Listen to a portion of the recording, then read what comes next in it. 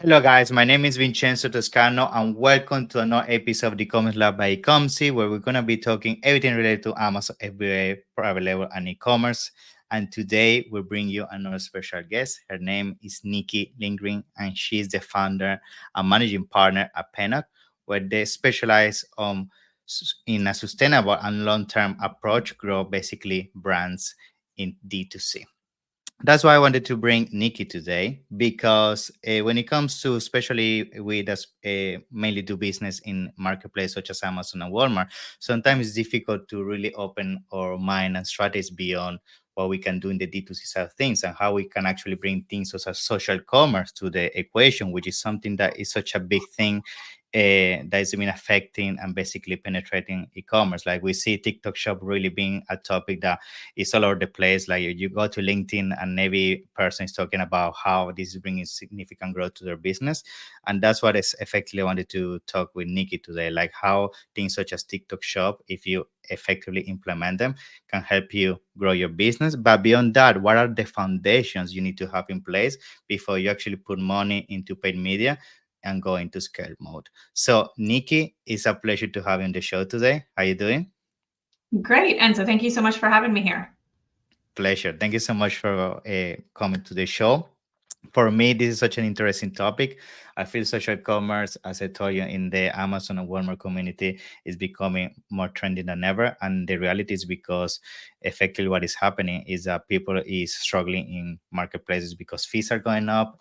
There's much more competition, and now people is looking for ways to diversify and grow their presence outside of effectively these bubbles, as we call them. So I'm very excited to talk about that because I know you have an extensive experience when it comes to that. And that's why I wanted to give you the opportunity to tell us a little bit about who is Nikki and effectively what are some of the things that you guys have done at Pennock. Yeah. Yeah, absolutely. So kind of as you kicked off, I'm founder and managing partner at Pennock, and we work with beauty brands and lifestyle brands to help them grow both their e-commerce presence, which is usually a Shopify storefront, as well as their presence on social commerce. And we do all of that through ads management. And we're talking about any ads platform that's going to drive people to e-commerce or social commerce.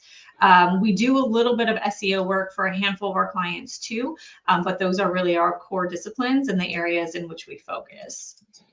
Awesome. That's actually so exciting. And I like the niche approach. I think I have so many partners in the space, specifically in e-commerce. And usually the beauty of that is that you're able to go so much deeper into the rabbit hole of understanding how consumers behave in specific niche, in this case, beauty and lifestyle. So I'm sure specific for those watching and listening that maybe have a brand in that space, they're gonna get some of those extra insights that you're gonna be sharing in terms of how they can successfully grow their brand in this space. So to get started, we mentioned social commerce, okay?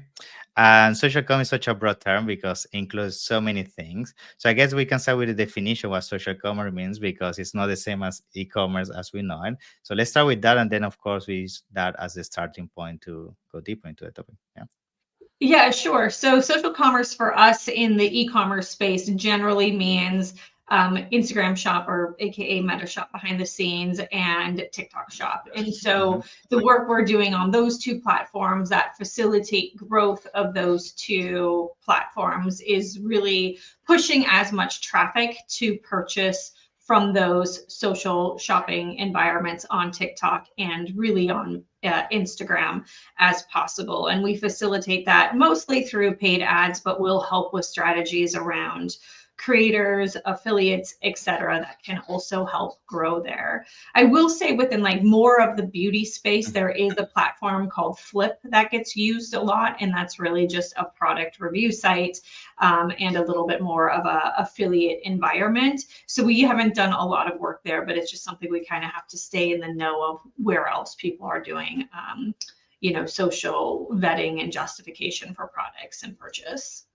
Love it. It seems, and that's why connecting to the brief comment I did at the beginning, when it comes to niching down, in this case, as you guys are doing, when it comes to lifestyle and beauty brands, and from talking to people now that I hear your definition of social commerce, it seems that to some extent, also social commerce is heavily dependent on the type of products, right, that you actually bring into market. Because I also been having the experience that social commerce for some specific categories effectively doesn't behave as effective as it should, because of the nature of the interaction you usually have through these different methodologies. So let's maybe start dissecting that a little bit from the perspective of the main difference. Like, what are some of the factors that you feel a product must have, or the brand itself, to then start consider that maybe social commerce is the way to go rather than the traditional route? Yeah.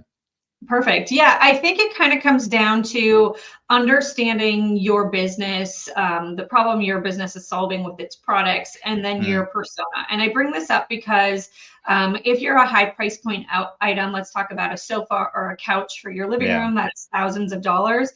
People are not going to go buy that on Instagram Shop or Meta Shop or TikTok Shop, right? But that still can apply to lower price point items when you think about factoring in who your persona is. So I've helped advise a couple of brands that are not our clients that cater to more mature audiences and are a new formulation of skincare. So it's sort of like made custom just for you. And because it's kind of first to market and it caters to mature audiences, test for them for TikTok shops. Not successful, right? These older, more mature demo want to go to the e-commerce site, learn about this first to market product a little bit more deeply and intimately before making a purchase. And it's not because it's a high price point item, it's just the behavior of the shopper, the nature of the product. And so like, that's why I would maybe say, look at your Google Analytics data and see what is the lag time to purchase, the number of days that pass from first coming to e-com to then purchasing, and also the touch points. So regardless of days, how many times have they come back to your website before making that purchase? Because that will help you identify how much you're missing out on social commerce or not. Those higher involvement processes and longer processes are going to be better still serving most customers, pointing to your Shopify store or other storefront. Yeah, that's key. Defining avatar. This is something, unfortunately, a lot of people miss. Not miss from the perspective that maybe they don't do it. That is that they do the wrong assumption. They might think, because I don't know, I'm a person that play tennis and I know the tennis space very well. I do certain assumptions about products I want to bring in the tennis space, and then you realize you're actually only a micro niche within the niche itself, and you end up, leaving a huge a chunk of this of the category out of your consideration when it comes to a strategy from an advertising point of view. Now, this effectively comes into connection with the other side of the conversation, which is creating the foundation before even getting started with social commerce. Because I understand the point you briefly made in terms of using, for example, Google data and using that as some of your insights. But sometimes people, when getting started, they might not have even that, because they might not run any kind of traffic in the first place.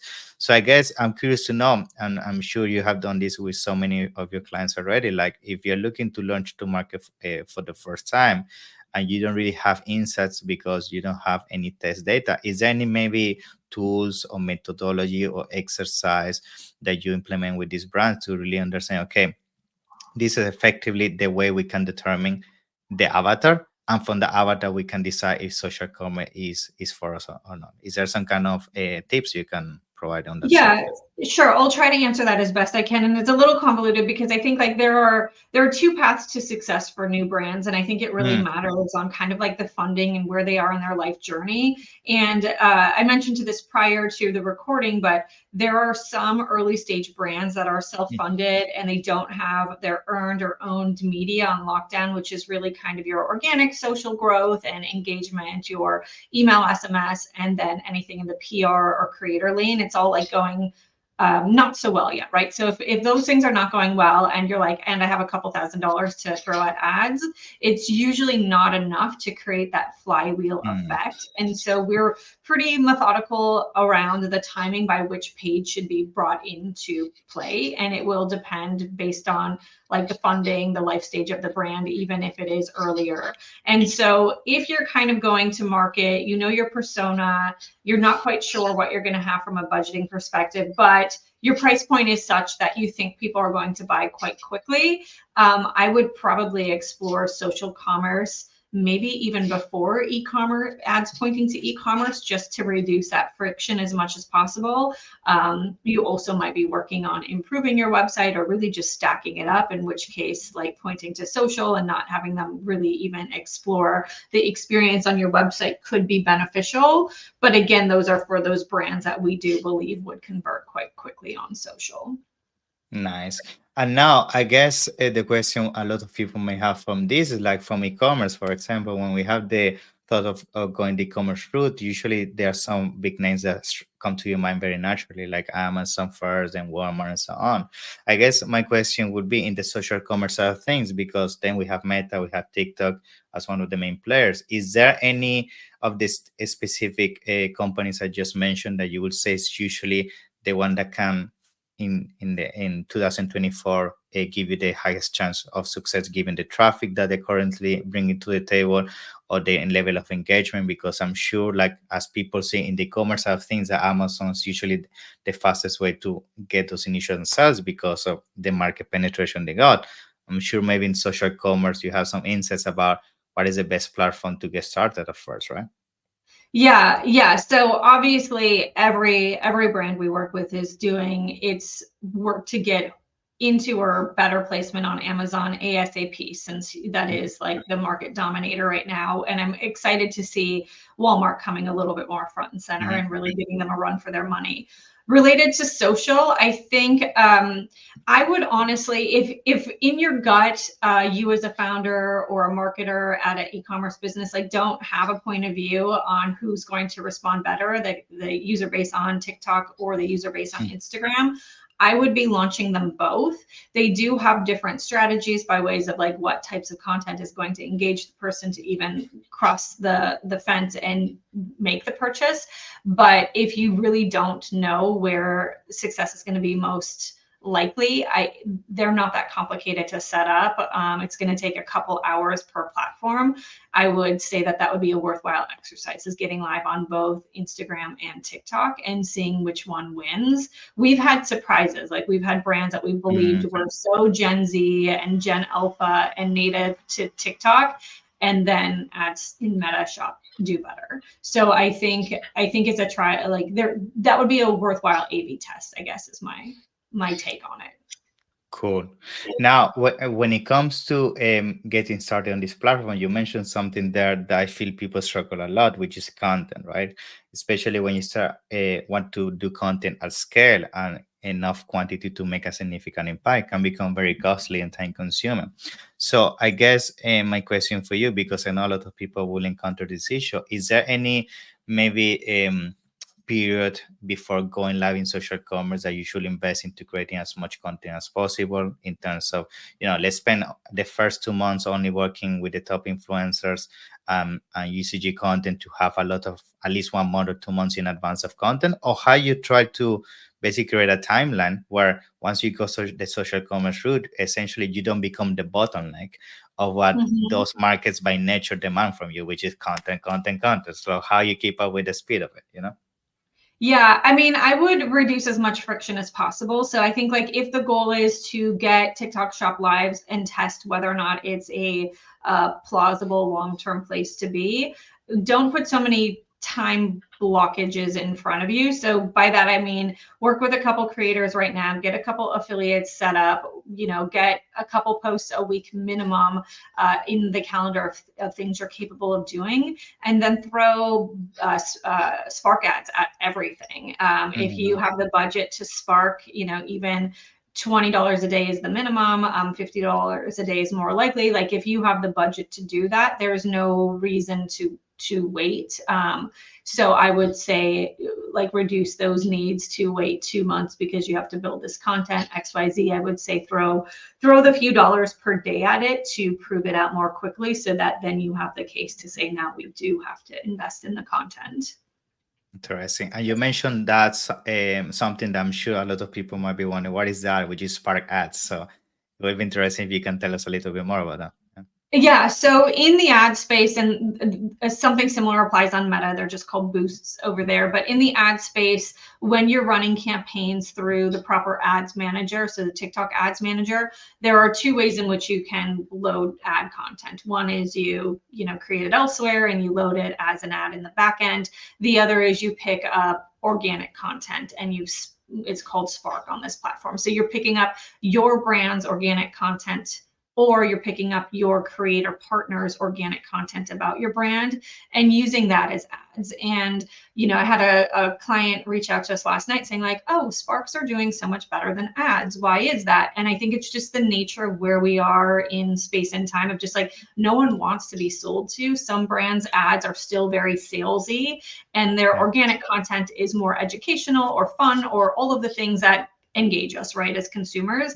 And so it's no surprise that these sparks on TikTok or boosts on Meta are the ad format that work better right now, because they're less in your face, buy right now. And that's what we all respond to. So Yeah. that's usually why going live on shops and utilizing organic posts as sparks is the best path to this A/B testing. Where do you want to be live in the social e-commerce space long term?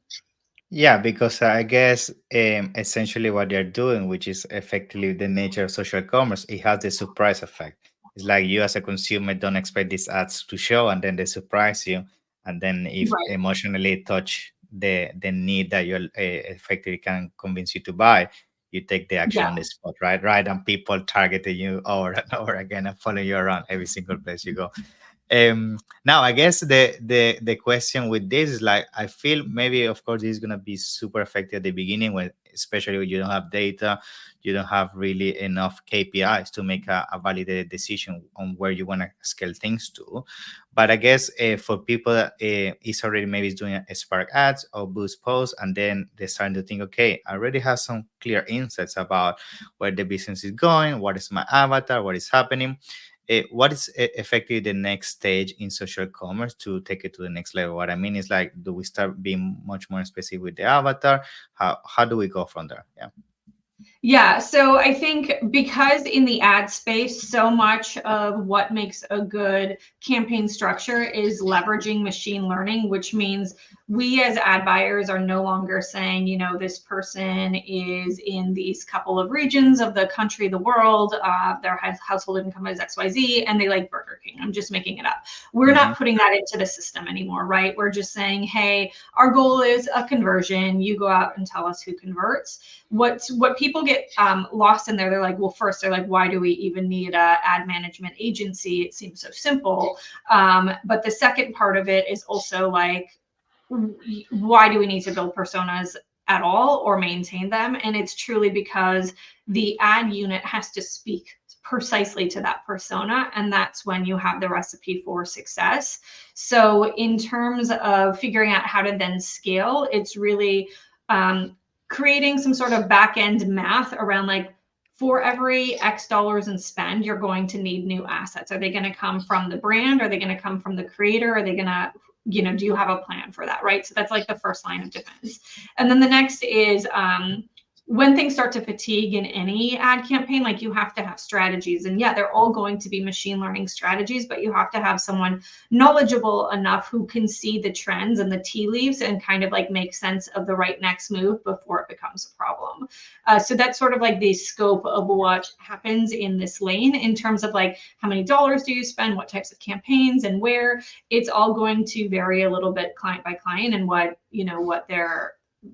their product and assortment looks like. But I would say the main KPI we track in both social commerce and ecom, when we look at the two of those Hmm. combined as like one entity, if you will, is marketing efficiency rate or ratio, which is total e-commerce revenue or social revenue divided by spend. And as long as that number is well above their break-even point, well above their acceptable rate, and we can grow that number, because the higher the better, that's kind of what we're looking at as ad managers to prove success and efficiencies of a program.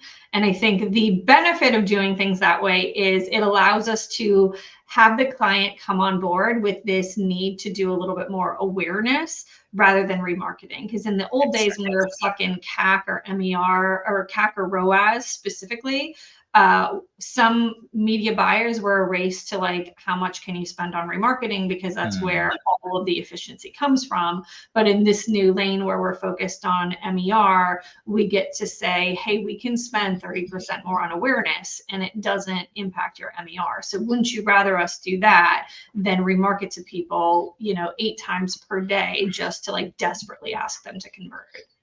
Yeah, and I think the beauty of also spending awareness on an efficient approach is that compared to the methodology of only retargeting, effectively you can increase the scope of the potential extra consumers that can discover your brand and become loyal fans. Because the only thing you do is retarget, and eventually that bubble is going to get smaller, smaller, smaller until eventually there's no more effect in terms of what the ads can do. So it's super important to keep increasing the scope. Now, with that, I feel a lot of questions sometimes I hear from e-commerce sellers is I say whenever it comes to social commerce, given that there's so many platforms, sometimes it can be tough to quantify the 360 approach. Essentially, what I mean is, like, let's say you're across all these markets, and then it starts to become really a maze in terms of, okay, what if the person saw me in Facebook, then they saw me in Instagram, then they saw me in TikTok, and then eventually they converted in Pinterest, right?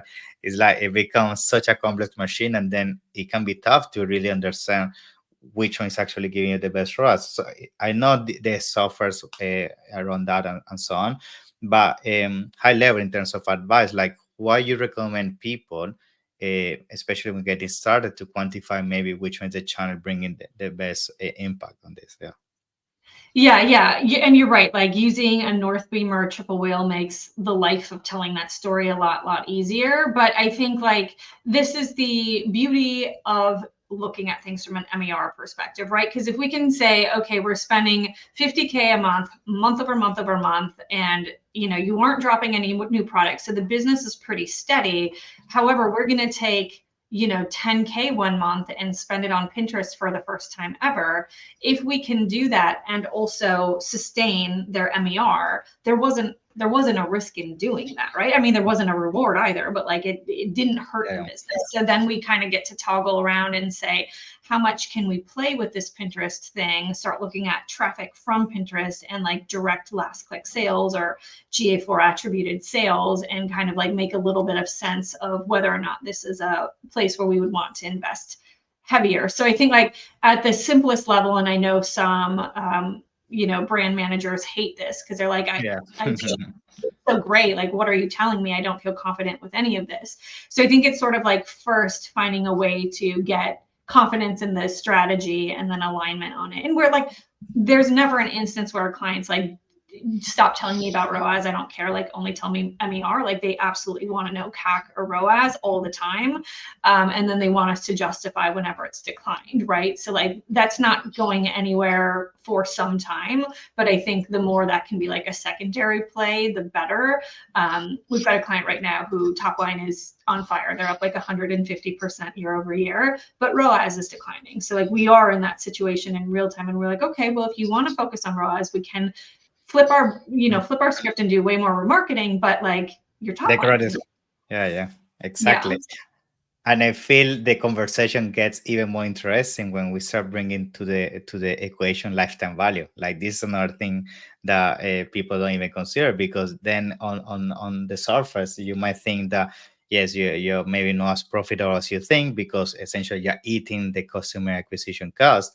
But then what people don't factor in is that, okay, you're having that expense once, but then the client keeps coming back 10, 20, 30 times.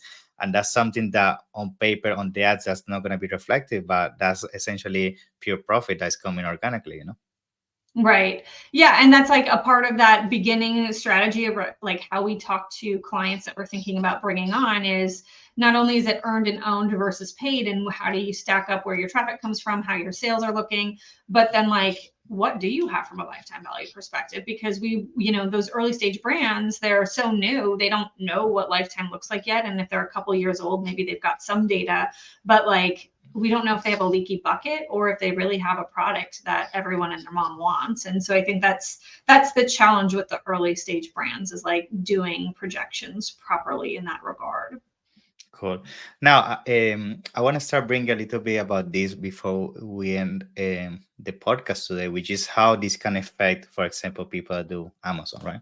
Because I strongly believe social commerce, if done correctly, you're definitely going to see an impact on your Amazon store. Because by nature, and I do this all the time, I might see an ad on TikTok, I might see an ad on Instagram or Facebook, and then I go to Amazon and shop it, right? Because I just trust Amazon more. They have all my information, I have Prime delivery, and so on. So, from your experience of working with the brands that they have also an Amazon presence, how do you see social commerce playing now? Basically, an impact into the e-commerce growth. Yeah. Yeah, I mean, to your point made earlier, like this is all becoming so gray and cloudy, right? Because I Mhm. do think there's validity in what you're saying, and like a triple whale will give you some of the omni-channel attribution and details in customer journey. So I think the more sophisticated and affordable some of these tools are to provide insights to clients, the more, and brand owners, like the more comfortable they're going to be. Is social commerce going to take away from Amazon? Yeah, in some cases. Is it going to strengthen them? Yeah, because people like you are going to want to go buy on Amazon. It's trusted, the reviews there are honest, etc. So I think like as long as like we go back to that MER, whether in e-commerce or omni-channel, as long as we're in a place of great profitability for the brand, I'm in support of like continuing to diversify and like make the process and the insights like even more gray in service of like knowing that the business is in a healthy spot. Yeah, I think it's such an important thing because just briefly touching on the Amazon space specifically, I see that's why a lot of people is struggling now because they built their business thinking that Amazon was their business, actually instead of seeing Amazon only as a channel, and that's why now we see things shifting. Like people that did very strong D2C social commerce, they actually build a brand, they're having a successful journey on Amazon, but people that only had a product, they never built really awareness or a brand. Mhm. They're having a tough time. So that's why I think this topic is so important to basically open up the eyes of a lot of founders that, Amazon is definitely a good place to be and you must be there 100%. But you need to start thinking how you start creating more touch points to basically enter into new audiences that can also be very good in terms of revenue for your business.